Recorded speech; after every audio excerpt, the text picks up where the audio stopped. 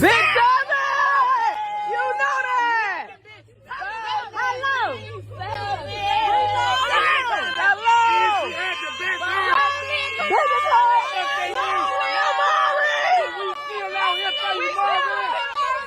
That's what we do for our family. On the count of three, we gonna say Kamari family. 1, 2, 3. Kamari family! The victim died at the hospital, her family telling me the shooting was domestic. If we knew of anything that was about to happen to her, she would have never left the house. She would still be with us right now today. What was it about this argument that you said she had to go? Like, why? That's all I want to know.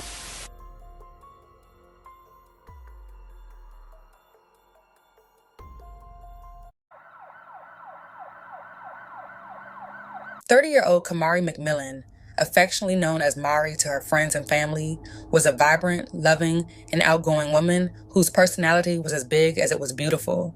To those who knew her, Kamari was a rock, fiercely loyal, and always there for those she loved. Her friends and family meant the world to her, and she was seen as the protective big sister in her family.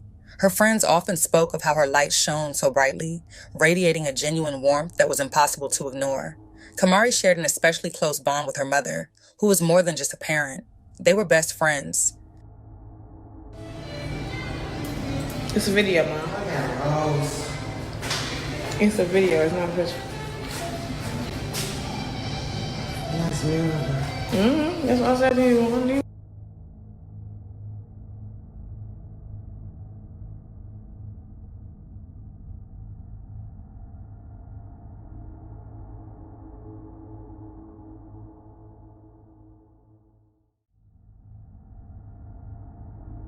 In her personal life, Kamari was going through a transformation, embracing a softer, more self-loving era, something she proudly and openly acknowledged.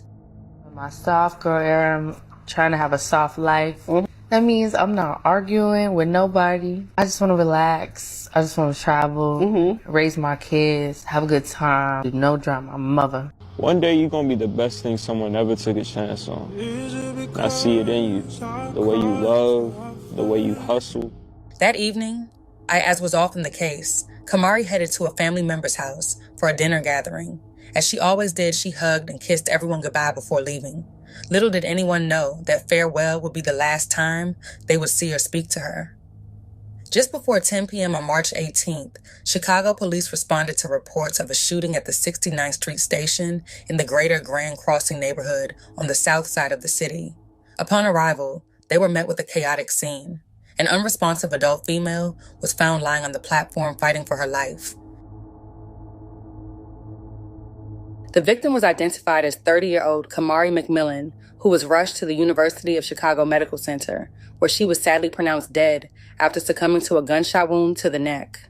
A vibrant 30-year-old woman who, just hours earlier, had been laughing over dinner with loved ones. Her presence had filled the room with warmth and light, but in the blink of an eye, she was gone.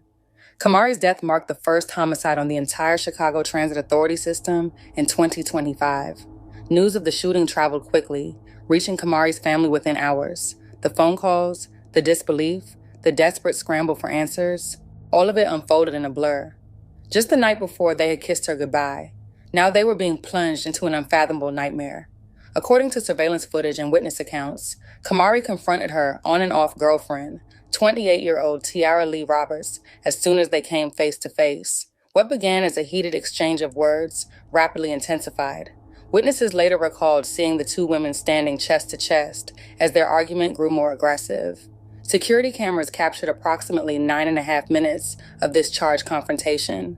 For 9 long minutes, amid the noise and movement of the station, emotions from their tumultuous relationship played out in public view. At first it was verbal. Angry shouts, sharp gestures, with neither woman willing to back down. Then it turned physical. Kamari was the first to lunge, swinging her arm toward Tiara in a moment of fury. Whether or not the swing actually landed was unclear from the video, but it marked a decisive escalation. Passengers on the platform either froze in shock or edged away as the confrontation spiraled. Something fell to the ground amid the scuffle. Possibly a personal item knocked loose. Tiara bent down briefly, and in that instant, Kamari grabbed an object, believed to belong to Tiara, and tore it apart. In a burst of anger, she allegedly hurled the item onto the train tracks. It was a visceral act, one that signaled the fight had moved beyond words. Tiara, seemingly stunned, turned and began walking away, possibly attempting to disengage, but Kamari, still emotional, allegedly chased after her and struck her in the back of the head. What had started as an argument had now become a physical altercation in a public space, leaving onlookers shocked. In the moments that followed, Tiara made a fateful decision. Instead of retreating or defending herself physically, she drew a firearm from her coat. Despite the weapon being visible, Kamari reportedly stepped forward again. The two women stood face to face in a tense standoff. Once close, now divided by anger. Then, Tiara made a fateful decision. Instead of retreating or responding physically, she reached into her coat and produced a semi-automatic handgun. In the middle of a platform, a space meant for commuters and late-night travelers, a firearm was now present. Kamari did not back away. Fueled by adrenaline and emotion, she stepped toward Tiara again. The two women, once inseparable, now stood face to face in a dangerous standoff. Tiara raised the weapon and pressed it against Kamari's neck. For a moment, time seemed to freeze. Then, in one final act of defiance, Kamari pushed back after being struck with the weapon. In that split second, the trigger was pulled. A single gunshot echoed through the station. Kamari McMillan staggered as the bullet struck her neck and collapsed on the platform, critically wounded. The fight was over as quickly as it had begun. Kamari collapsed on the platform, critically wounded. Panicked cries erupted from other passengers who were waiting for the next train. Tiara, seemingly realizing the enormity of what she had just done, bolted off the platform and disappeared into the night, leaving Kamari bleeding on the cold concrete.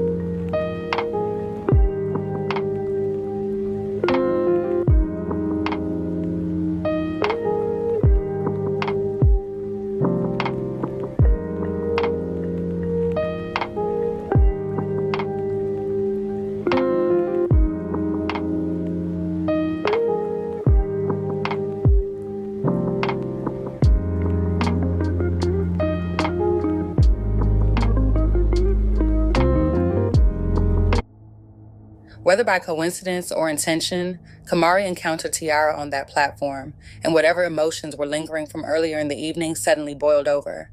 To Kamari's family, the suspect wasn't a stranger. She was someone they knew, someone who had once sat at their table, shared their meals, their laughter, their trust. Tiara's attempted escape didn't last. Just over 2 hours after the shooting, shortly before midnight, she was found in the 1400 block of West 63rd Street, not far from a Chicago police station in the Englewood neighborhood. There, she turned herself in. Officers placed the 28-year-old, a resident of Chicago's West Side, under arrest without resistance. In the span of moments, Tiara went from fugitive to inmate. Detectives wasted no time.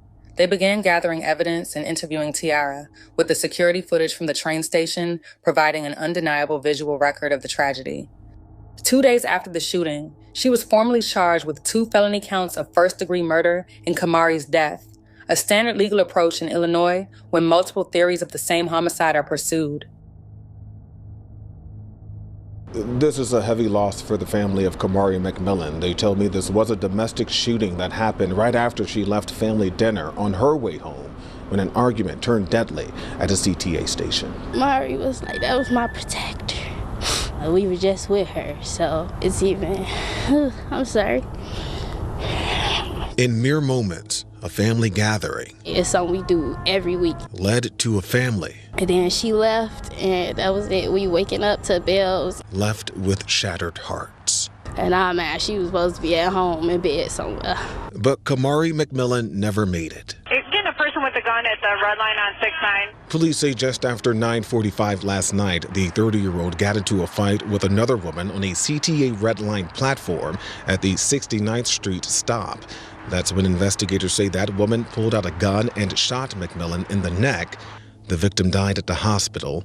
Her family telling me the shooting was domestic. If we knew of anything that was about to happen to her, she would have never left the house.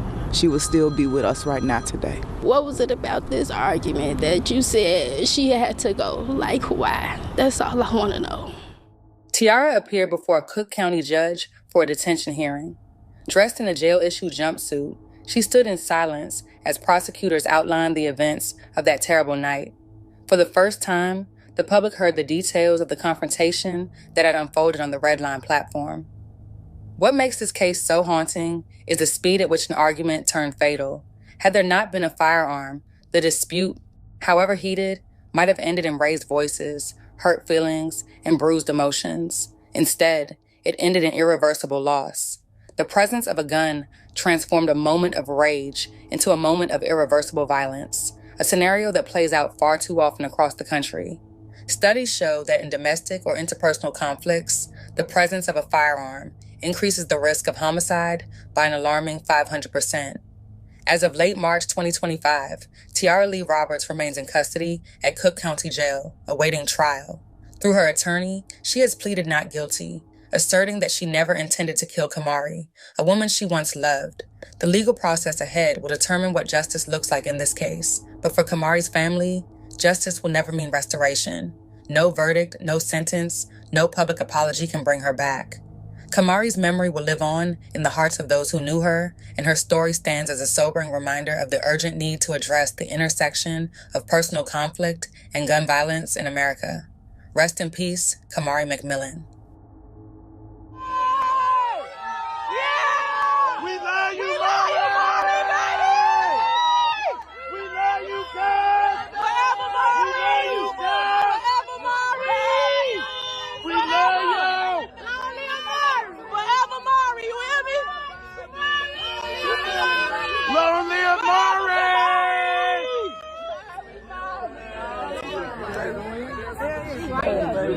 Yeah, she ain't going nowhere. She said y'all ain't get her wood. Y'all ain't get her no wood. You know she ain't go nowhere. Y'all ain't put the wood at the end of the balloon. I'm about to roll it. Y'all gotta put the wood at the end of the balloon. Y'all know what to do.